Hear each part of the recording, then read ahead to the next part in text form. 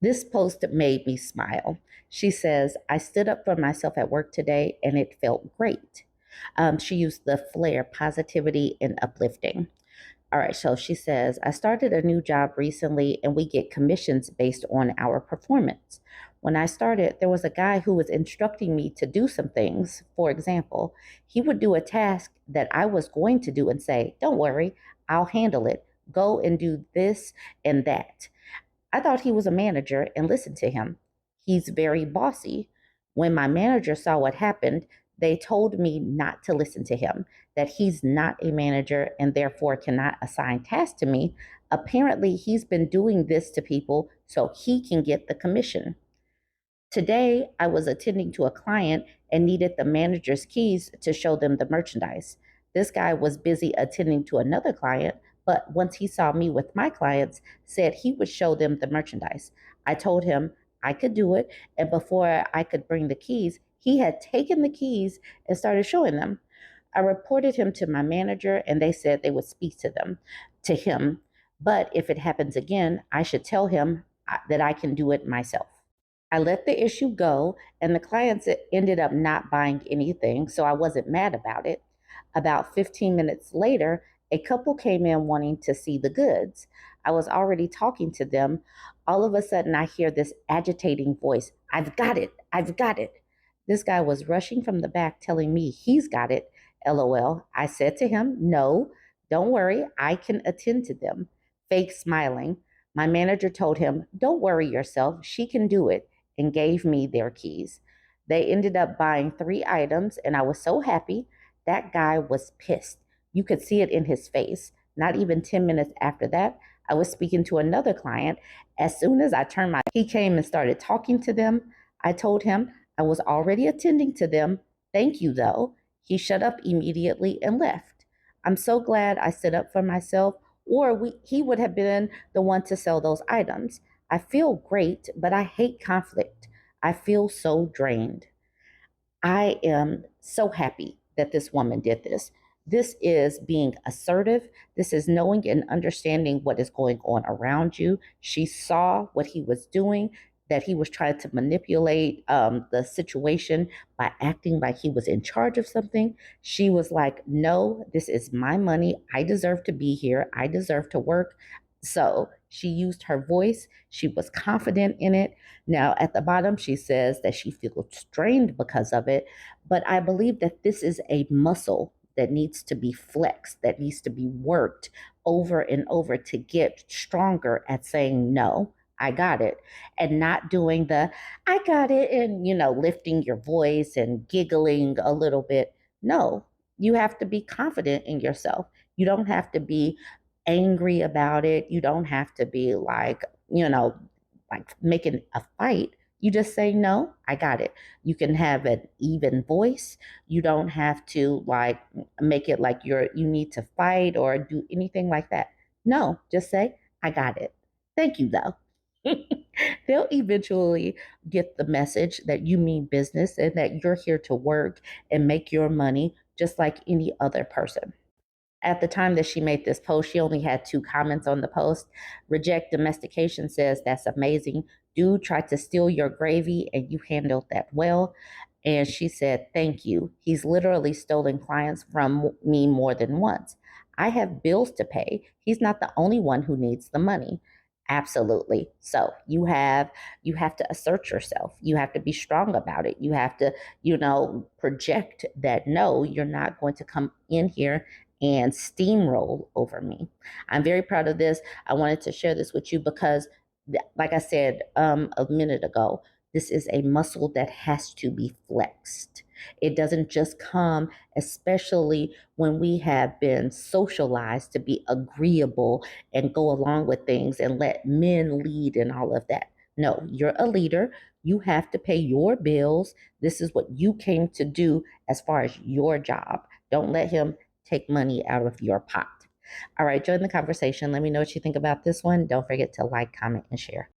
I was sent this post from the Fence Sitter subreddit. Now, last week we talked about Fence Sitter in that people were saying that this is really a pro-natalist subreddit. But I was reading some of the comments and they seem to be kind of even on this particular post, so I'm doing it. She says, husband wants freedom and a baby. She says, I have been firmly child free for as long as I can remember.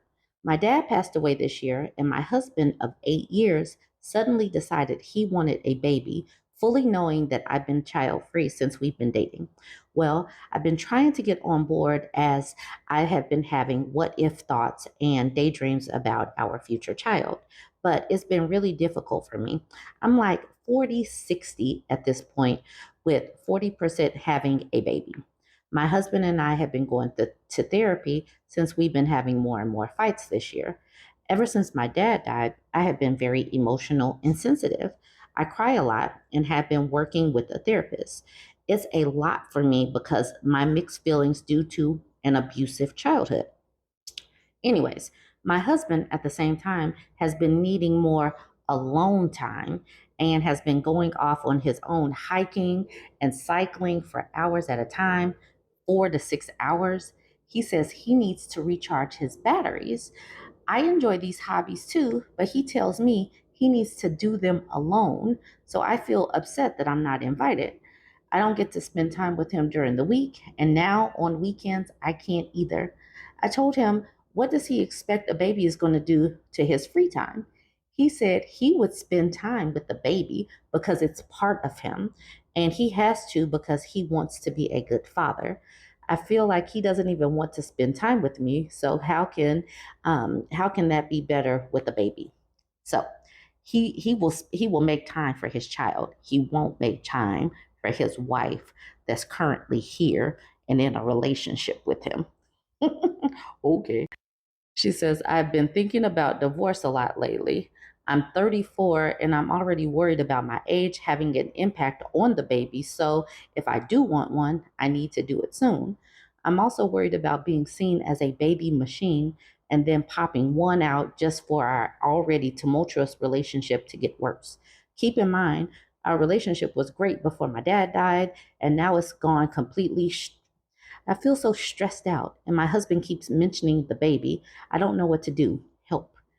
This is wild because she was adamantly child free at the beginning of this post. So, how is it that, I understand people having mixed feelings and emotions that are all over the place that comes along with grief. I get that. But now she's actually thinking about a baby, even though this man is not spending any quality time with her. It makes zero sense to me. This seems like a terrible way to bring a child into the mix, especially if you've never wanted a child, because this woman will be a single mom. She's going to be a single mom, and that would be a terrible way to raise a child, especially when you did not want kids to begin with, because kids will just exacerbate any feel like is going to exacerbate the resentment, the stress, and all of that. This is a terrible idea. For the people who want to be child free, I adamantly believe that you should have that right to do that. But you should also take steps to make that happen. Sterilization, get the tubal ligation, get on long term birth control, and make sure that momentary emotions and hormones don't impact your thought process for a few minutes, because a few minutes turns into a whole baby, a whole human that will continue to grow and be expensive and be stressful and all of that. The person at the bottom says, don't bring a baby into a relationship that isn't currently working. It's not going to end up well for anyone. Absolutely not. Stupid Hobbit says, it sounds to me like you don't want kids and are only weighing the option of having kids as a means to keep your marriage from falling apart. I like my space and I adore hiking as well, but I'm not out for hours at a time and refusing to allow my partner to come with me. I don't think he's actually out hiking, if I'm being honest. This sounds very suspicious that all of a sudden he's bringing up kids and disappearing for hours at a time when you're grieving the death of your father. You're at a very vulnerable time right now, and this is the last thing a spouse that has your emotional well-being in mind should be doing at a time like this. Also, what does he mean a part of him? You might not be blood related, but you are a part of him as well. You've shared a life for all these years. He should be there to provide peace in your time of grief. And instead, he's added even more to your plate with talks of children he knew you weren't on board with having when you entered the relationship. A lot of what he's doing sounds very manipulative and borderline abusive. I think you already know what to do. You deserve a partner that sees you as a part of them because you are a part of their life. The disappearing more often and refusing to let you come with him is a major red flag you shouldn't ignore. He won't even spend time with you anymore, but he wants to make you a mother. Please get on birth control. He can't compromise if you haven't already. I truly wish for peace to cradle your heart and soothe your grief. NC Went says, the part of me thing is valid, though I'd be suspicious if it's coming from someone who isn't yet a parent. I feel like my kid is part of me way more than anyone else. And this part right here. Your husband wants a baby the same way a toddler wants a puppy. He does not understand how having a newborn, infant, small child will change his life. He won't even be a good partner to you now. No chance he'll be a good co parent. Having a child with him would be a huge mistake. Completely agree with this. This would be a terrible mistake. Sammy Glam says he's definitely going to be one of those husbands or fathers who's going to be very hands off in a bad way, as in he's going to saddle OP with all of the responsibilities of raising a child while he gets to kick back and relax while reaping the benefits of it. Someone in the comments mentioned that OP would be like a single mother in this situation despite having a husband, and that's spot on. Recruit Girl says, from your current situation, I see you as a single mother in the future. If you decide to have a baby, he wants a kid, but wants a load of free time. Yeah, you will be alone with the baby. So if it's not your cup of tea, I wouldn't jump into it now. Maybe in the future when the relationship will be better, or if you divorce with a good new partner. Now, Cat with the Fur says, was it great before your dad died because you had more emotional bandwidth to cater to your husband? Because if so, a baby will make it even harder. It sounds like he's pouting. And then Weedles says, yeah, I'm also concerned about his sudden change in having to spend 4 to 6 hours on his hobbies alone every day during the weekend. Are you sure your husband isn't having an affair?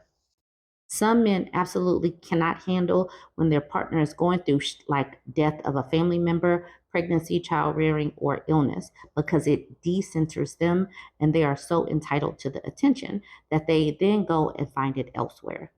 Keep that in mind. When you're not able to cater to their needs, they have to go get that attention somewhere else. Some of these people. So this was kind of a red flag for me too. Please keep that in mind. But like we already said, don't have a baby with this person. Don't have a baby with a person that can like just up and leave during your time of grief as if you're not important. All right, y'all. Join the conversation. Let me know what you think of this one. Don't forget to like, comment, and share. Did y'all hear about the Coachella debacle over the weekend? Well, this was posted in the Coachella Valley subreddit. This person says Trump repeatedly claimed 100,000 people were at his outdoor rally in Coachella today. This is what 100,000 people at a venue actually looks like versus what his rally looked like. Go figure. So this is what 100,000 people looks like. This is a Michigan football game. This is a lot of people. Now, in the situation, these people were bussed in, and then magically there were no buses to pick these people up. So that was where the whole debacle came in, and I'm going to get into that. But first, let's read his caption. It says, the venue capacity itself apparently supposed to be able to accommodate 15,000 people, according to the fire marshal. No idea how full it was, but even if the entire place was filled with capacity, he was off by 85%. LOL. He lies to his followers about 90% of the time, so I'm guessing there was less than a tenth of the number he claimed. Why is someone who wants to be the leader of the free world so compelled to lie about the simplest, most obvious, childish things? Yes, why does he just lie? He opens his mouth and he lies. So here he is right here saying 100,000 plus in Coachella. What a night. Thank you. Laura Luma retweeted that saying over 100,000 people showed up to Coachella to see President Trump today. Kamala could never. And then Angie retweeted that or made this a screenshot saying, all lies. It wasn't the Coachella location. It was a field nearby. It wasn't 100,000. The fire chief said that location holds 15,000. He bussed them in and left them there.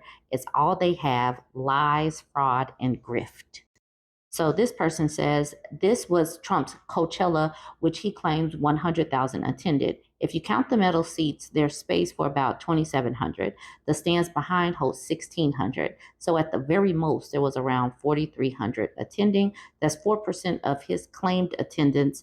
Yam tits lies every single day. Now, obviously, I don't know how many people these hold. I don't know how many people were actually there. But like they said before, the fire marshal said that the capacity is 15,000.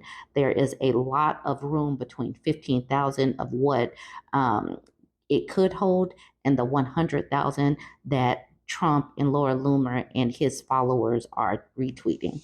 Now let's talk about what happened after the rally when it was time to go home. Keep in mind, these people were bussed in, and when they came out and it was time to go, there were no buses. Whoever organized for these people left them stranded. So this Trump supporter, Wesley, took to his Twitter to say these things. Oh, and these are screenshots because he deleted the threads. He says, was just told by a bystander that the sheriff said there's only one bus in rotation and turnaround each drop off is 30 minutes. These poor people are going to be stranded here early into tomorrow morning. How did we go from 20 to 30 buses down to one? This needs to be investigated immediately. And then he tags Vivek Ramaswamy. All right. Now he says 2 buses just drove by. Haven't seen any buses move for almost 2 hours. Someone please reach out to Sheriff Chad Bianco and President Trump to get to the bottom of this. I think something nefarious went down tonight, trying to spark a riot. And then he says, everyone's stranded. This is horrible. And then he tags JD Vance. He says, massive update. The bus driver just shared with us that all the fuel stations for the buses, not cars, were completely depleted around the event, and they all had to drive 30 minutes away to get refueled. A few of the buses are stranded out on the roads right now with no gas. And also, there were apparently 60 buses employed for this event, and the fuel reserves were completely depleted or never refilled before the event. This has to be looked into. I do want to remind us all that Trump does not like to pay his bills. Did he even pay for a return trip of these buses? Did he pay for gas for these people? Did he pay for this event? Who knows? But he does not like to pay his bills. Wesley then said, smells like sabotage. Bum, bum, bum. Wesley says, all buses have just been called off. Bus driver just got notified by CHP to stop picking up attendees. What the hell is going on, Coachella? This must be investigated. People are freaking stranded. Okay, so then this person retweeted all of Wesley's stuff, but he or she captioned it with Trump follower who is at the former guy's Coachella rally. He still doesn't realize his guy specifically thrives on others suffering, and that his guy engineered stranding his own followers in the desert. Wesley Johnson still can't bring himself to say this is who Trump is. This person says, I live in the Coachella Valley. People were stranded because Trump doesn't care about you. He bussed people in, but didn't provide bussing out. Don't you people understand? He's a narcissistic con man. Now, here's Wesley explaining why he deleted his post. He said, I deleted the post because I was hoping some help would come from it, but all it did was cause drama. Many poor people were stranded last night, and it had everything to do with bus gas stations not having any fuel. The buses had to drive 30 minutes out to find fuel. Many didn't return, and some got stranded themselves trying to find fuel. Then the CHP ordered the bus drivers to stop driving. This all came from the bus drivers updating us as we sat on the bus asking what happened. They and the sheriffs were all just as confused as we were. My story stands, but the drama got out of hand. So you're telling me that these bus drivers didn't see that their fuel was going low and that they needed to refuel at a certain point in time? I really don't believe these people. I don't believe that they really believe this story because this sounds like BS to me.